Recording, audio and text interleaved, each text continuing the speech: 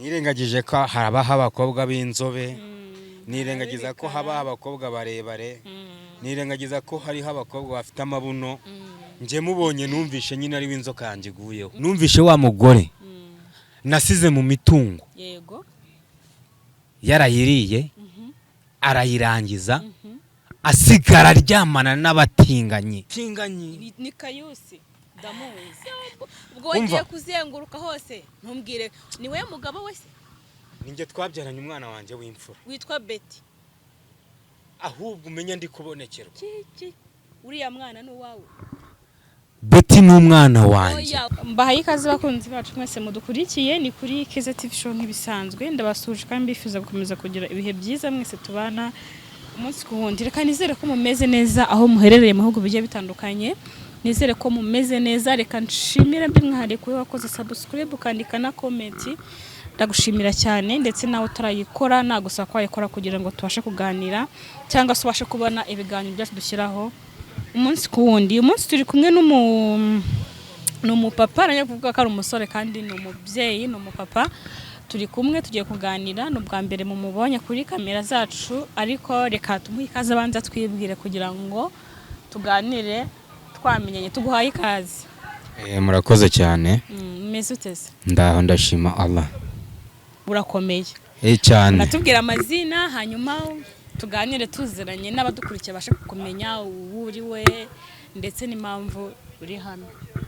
Njyewe nitwa Joshua. Yego. Uri umusiramu? Oya. Nagari ry'abasiramu.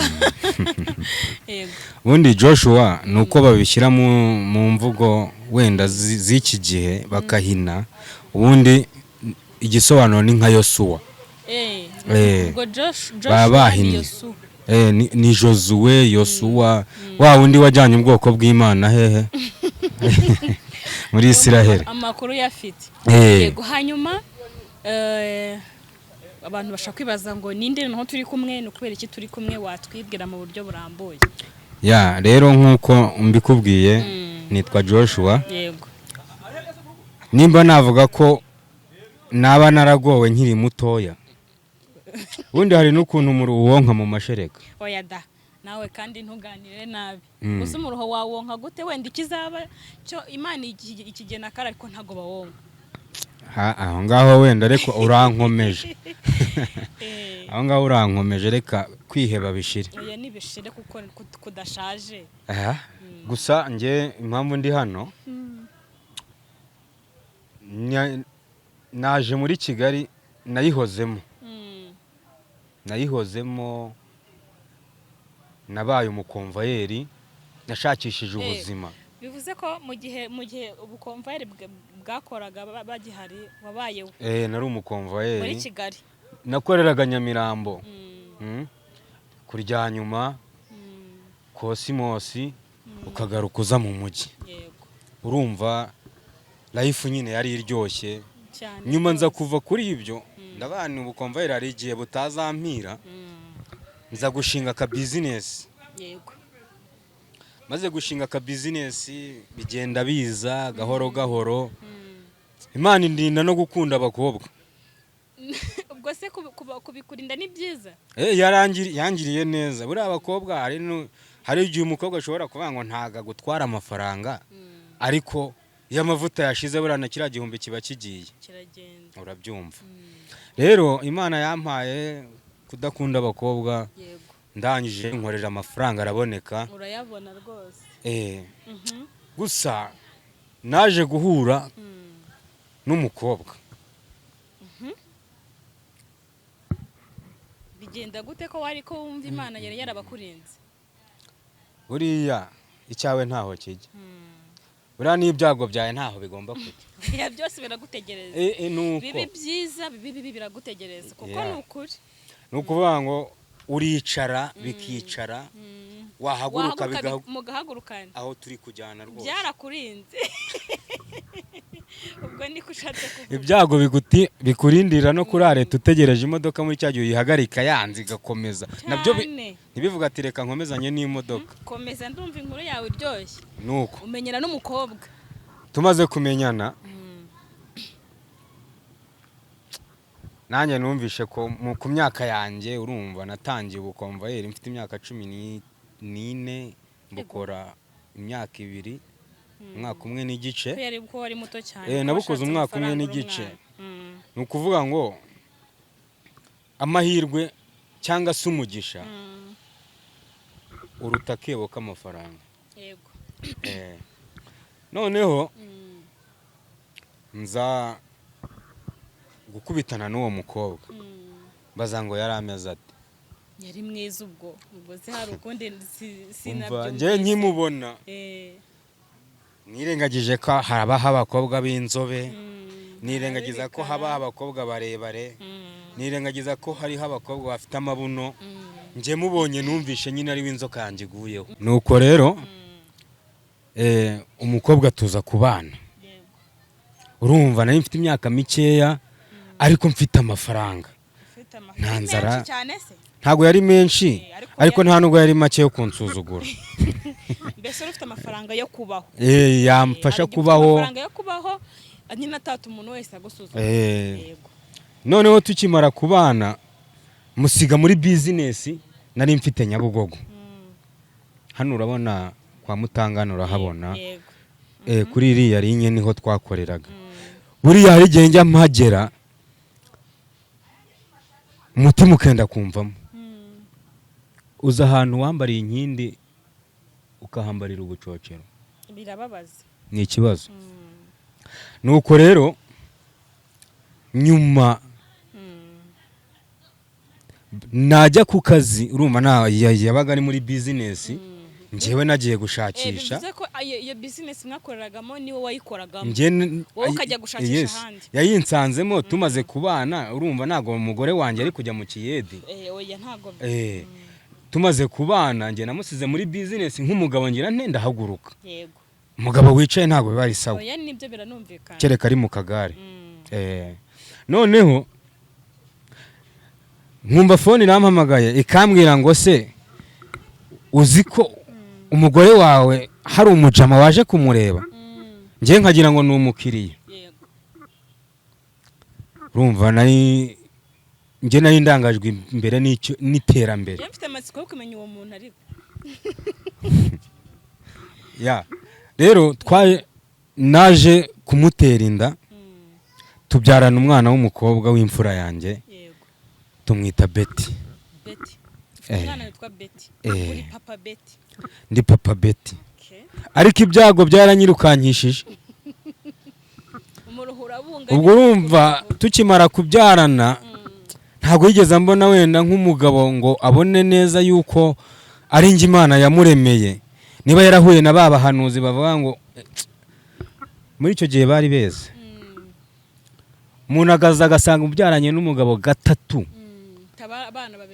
akajya mu mwuka udahari akakubwira ati uyu mugabo si uwawe mureke niko Imana imbwiye niba ariko byagenze sinzi icyabimuteye urumva twari tumaze kubyarana umwana umwe w'umukobwa dufite ubuzima dufite umutungo nta kibazo noneho nihuse tumaze kubyarana nanjye numva mfite ishema ryo kwitwa papa Betty ubaye umupapa akiva ku kiriri rero amaze gukomera ameze neza nibwo nagiye ku kazi ngarutse nsanga imitungo namubaza ese amafaranga ukorera bigenda gute bimeze bite ahubwo nareba muri stoke nkabona ibintu biri kugenda bimanuka nkamubaza ni se amafaranga ukorera muri stoke hari ibintu birimo bitaribwa n'imbeba kandi mu bigenda nabyo ndabona birimo amafaranga ajya hehe nyuma gato yanza kubona nawe yikundira abajama reka da mbonye yikundira abajama ikintu nakoze njye nahise mvuga nti aho kugira ngo nzakubite umugore urushye byo ni ikosa buriya njye umugabo mbonamo ubugwari ni umugabo ukubita umugore hari abagabo bagenzi be cyane wamujegeza nawe akakujegeza umugabo ariko ntabwo biba bikwiye ko wakubita umugore. hanyuma ubonye bizangwa ko murwana ukuramo akabiri. Naje guhamagara umuntu twari twariganye mu wa kabiri primaire ambwira ko Ikinazi mu karere ka Ruhango business y'imyumbati igenda. Yego. Namanutse mfite ibihumbi 100. Ujya guhinga imyumbati. Ubwo wataye urugo rero. Umugore waramusize ujya Ikinazi guhinga imyumbati. Buri aho kugira ngo uzata amahoro. Uzaturuka. Buri amahoro nicyo kintu cya mbere. Hari ukuntu ushobora guhagarara mu bintu ugahora wumva ibyo bintu ngo bitsimbarayeho ugasanga bikuviriyemo no kugira ngo ujye imbere y'inkiko. Wataye urugo ushaka amahoro. None se na ya business basi nyumva neza. Ngendi kukumva ari niba narashinze business urumva nabaye umukonvayeri bivaho nshinga business bitangiye kuza birumva bya muri kiriya gihe byarakundaga. Mba ndashatse tumaze kubyara bigenda uko nguko. Hanyuma ya business wari ufite Nyabugogo narayimusigiye. Narayimusigiye uretse ibihumbi 100 n'imyenda n'inkweto nibyo najyanye. Yego umusiga muri Kigali. Urumva nahamagaye umuntu twiganye mu wa kabiri primaire ambwira ko Ikinazi mu karere ka Ruhango business y'imyumbati igenda. Naragiye nanjye ntangirana no gukodesha imirima. Nukwatisha? Nukwatisha. Ndatisha. Muri bya bihumbi 100 umuhinzi yahingiraga 500. Yego. Umva abahinzi barimo. Ni benshi. Imbuto y'imyumbati ntago wavuga ngo urajya kuyigura. Narazaga nkakureba ufite imyumbati wakurishije akubwira ni se wampaye imbuto. Wone nta muntu wimana imbuto mu muco wa Kinyarwanda. Hanyuma ubugiye Ikinazi urakoze birakunda. Ndashaka kugira hano ukatubwira uyu munsi ku kiri Kigali. Kuko wamamagaye umbwira ko nshaka byihutirwa ko hari umuntu ushaka ko nakurebera ntago nzi wari wendagira ngo wihutishe n'umafite amatsiko yo kumenya uwo muntu. Rero nyimara guhinga iyo myumbati birakunda. Bimaze gukunda ikintu cyampombeje nahinze imiringoti 4 bya bihumbi 100 biba birarangiye yeze nakuyemo miliyoni 3 mu bihumbi 100 washoye se nashoye.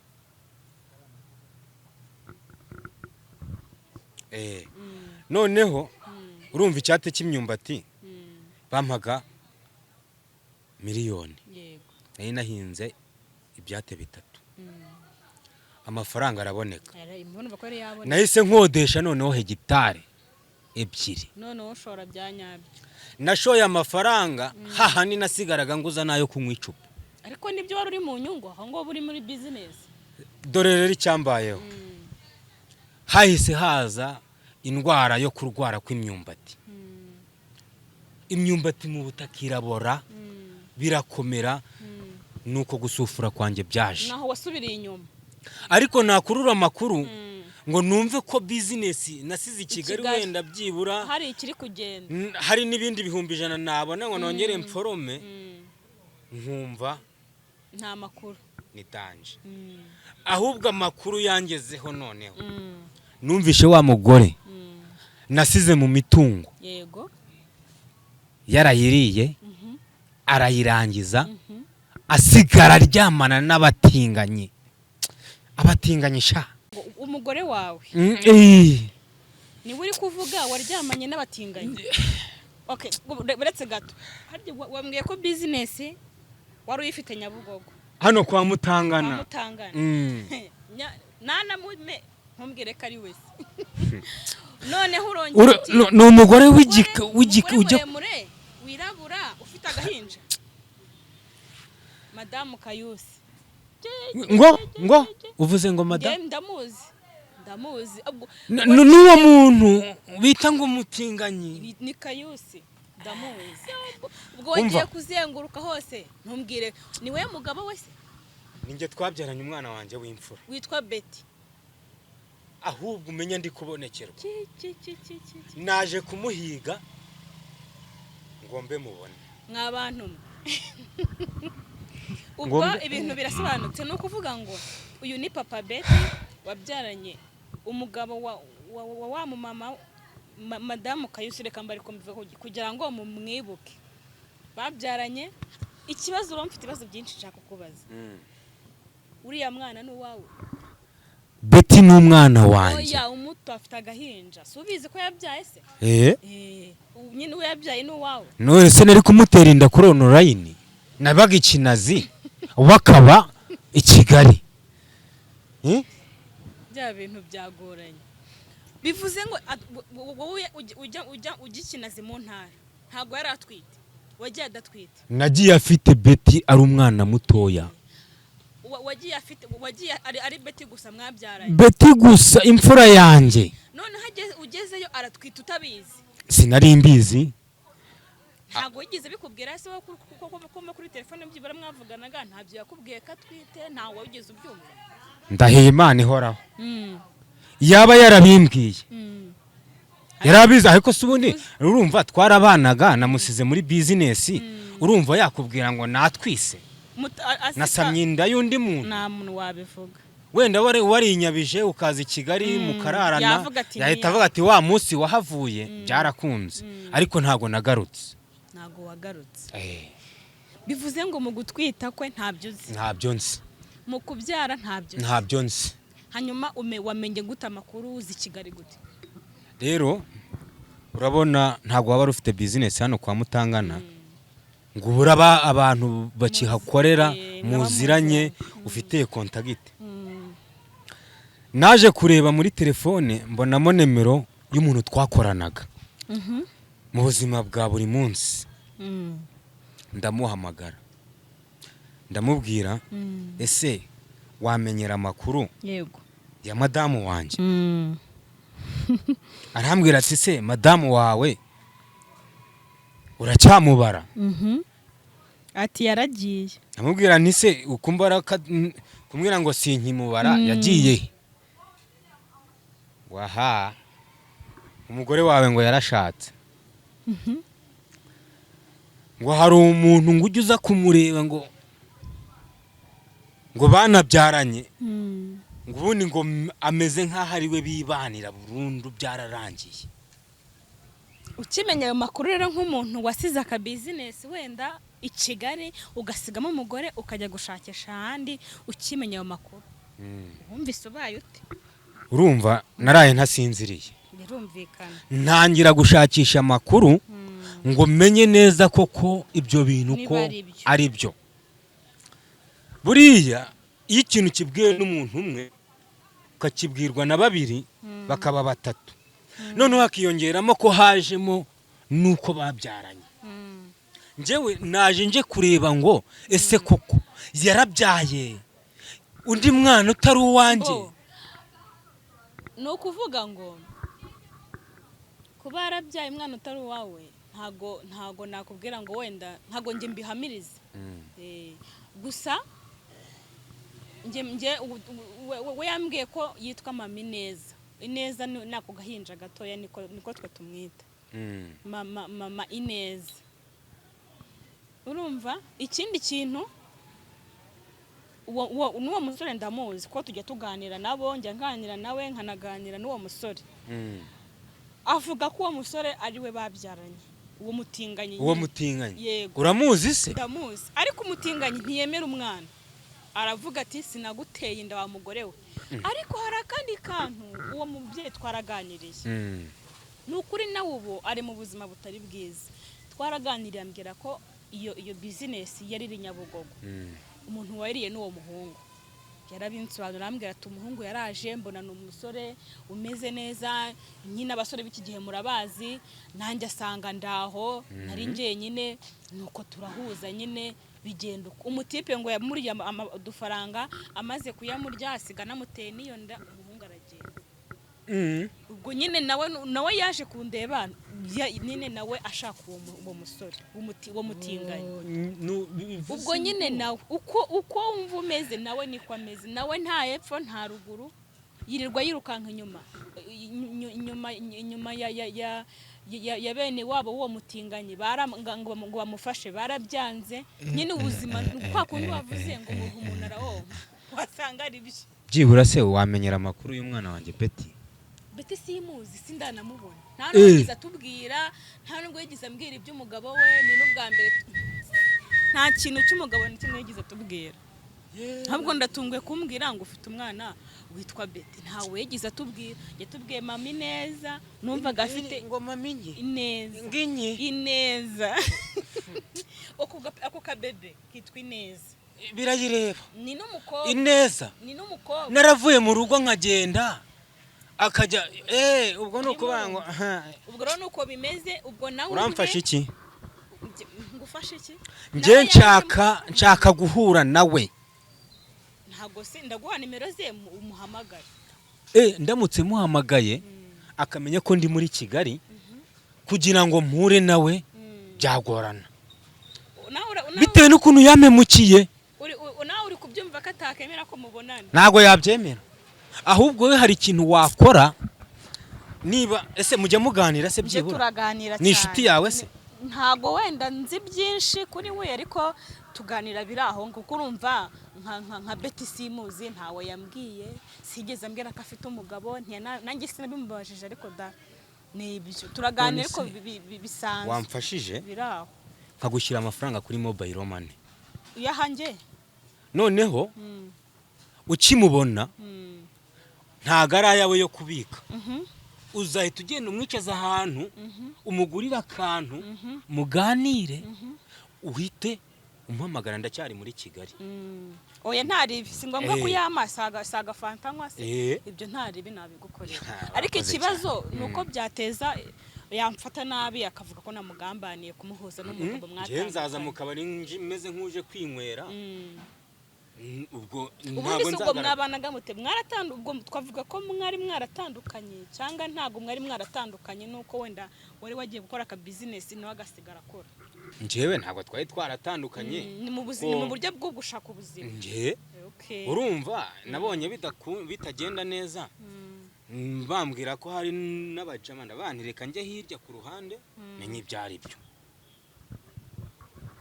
noneho ikintu cyiza nta kibazo hanyuma ikintu wumva wifuza nagufasha ni iki ngewe nashobora no kumpuza nawe guhuza nawe ariko noneho ibintu nsigaye mbona birasekeje mama Betty madamu Kayusi mama Betty noneho ikintu gitangaje ubonye uwo mugabo rero babyaranye ni umusore pe nta kintu aba ariko yambara amajipo akantu kabe nuko yambara amajipo amakanzu nyine ndazi kukwereka amafoto nako gusa nta nyine ubuzima nyine nuko bugenda hari igihe ushaka bigaguhira ubuzima hari igihe butunanira ariko humura kuva uhari na madamu hari nimuganira muzabikemura none se wabigenza ute ko mutatandukanye kubw'indi mpamvu ikibazo kirimo nuko abwo ikibazo cyane agomba gusobanura ni ukuntu yabyaye umwana utari uwawe icyo cyo nicyo kintu kitumvikana akabyarana n'umuntu udasobanutse mutinganye we ase umutinganye arabyara ko ari cyo kintu cyanatuyobeye umusore aravuga ati nge sinamuteye inda sinjya ku bagore umudamu ati twamenyanye utari umutinganye twabikoze uri umugabo usanzwe wambara ipantaro muri ibyo byose ntago tuzi ukuri keretse wowe wenda nimuzaganira akaba wabwiza ukuri akakubwira ati bimeze gutya ariko ubundi natwe nyine biraho gusa ikintu gihari cyo nuko ndi kubona ibintu bikomeje bikomeje gukomera ngereranyije ariko ihangane nyine ikintu cyiza nuko niba uri muri Kigali kandi nawe akaba ari hari muzabonana muzabikemura ikibazo cye kizakemuka uzi ikintu kigorana no guhemukirwa mu rukundo kuko urumva iyo bitaza kubaho ntago mba naragiye guhinga imyumbati narindi aho kubora urumva iyo ndwara yaje kuko nari naragiye mu ntara amafaranga wari waranayabonye nahi nayabonye ariko yagwiriye nuko njye naho umutindi yanitse singwise umutindi ariko numugani gusa ubuzima tubayemo ni nka betting uyu munsi birakunda aho wanika birive hari aho wanika rikava ariko ku buri muzima bizashyira bikunde mama Betty rero ndaza kuza kumuhamagara kuri telefone ko ndaguha na nimero ze, uraza kuza kumuhamagara wenda mona hari n'igihe mwaganira bikaza gukunda bidasabye ko nge mba nanahari kuko nawe ni mukuru kandi arumva ibyo yakoze nabyo niba ari byo kuko ntago byaba ari byiza. Ndaza kuguha nimero ye uze kuza kugerageza nawe umuvugishe, numara kuvugana muzaganira nk'abantu bakuru nawe ugazaguha impamvu. Burarega nta kintu kitagira impamvu. Ntago nge namuhamagara mubwira ko ndi i Kigali wenda ntacyo ndamuguhamagarira kuko urumva nubwo byagenze gutyo ariko naramukundaga sibyo naramukundaga. Mama nge nabonaga ari inzira karengane, amafaranga arashira. Reka uriya mubyeyi bitewe n'ibintu byamubayeho afite n'agahinja k'ibyumweru 2. Icyo gihe twabonanye umwana afite ibyumweru 2 ambwira ati nshaka uriya muhungu wanteye inda bimeze gutya. Tubona ari inzira karengane abantu baramutuka, ariko kubera ubuzima nabayeho turavuga tuti nta kundi ahubwo tugerageze dushakisha ukuntu abantu wenda bamufasha akabasha no kubaho. Ariko noneho nimba bigeze aho umwana ntabwo nge nari nzi ko hari, sinari nzi ko afite umugabo, sinari nzi ko afite undi mwana, ni ubwa mbere mbyumvise. Ahubwo agira n'ibanga, twaraganiriye pe ambwira uko abayeho, ariko ikintu cy'umugabo ntacyo yambwiye n'icy'umwana ntacyo yambwiye. Urumva ko umuntu agira amabanga menshi, mpamvu ko umuntu ari mugari. Reka dusoreze hano, icyo ndi bukore ndaza kuza kumuhamagara mubwire, ubwo sinzi nanjye ko ndi bumubwire, ariko uko biri kose ndaza kugerageza nzaguhamagara umunsi nzaba naganiriye nawe numva yabonetse, hanyuma muhure muganire muri babiri. Wowe ibibazo ushaka kumwibariza bimubaza bigusubize, kuko aho ngaho ngewe sinajya kumubaza ibintu byinshi kuko nta ruhare mbifitemo. Wenda we nk'umugabo yagusobanurira byose n'ibyo natwe twumva byatubereye urujijo by'ukuntu umusore ntiyemera umwana ariko undi akavuga ati ni uwawe, wenda ibyo ukuri kwajya ahagaragara. Reka dusoze bano mudukurikiye, n'ukuri muze kwandika muri komenti, uyu ni umupapa nawe mwabyira ngo mwabanjije kubyumva uko bimeze byose, muze kuza kwandika muri komenti ari we wakora iki, warasize umudamu waragiye gushakisha ubuzima ugasanga byaragenze gutya yatubwiye. Hanyuma muri komenti mumugire inama ese akora iki, ubwo kuri komenti zanyu nawe araza kuzigenderaho nyine. Muramukoze cyane, tuzasura mu kiganiro cy'ubutaha.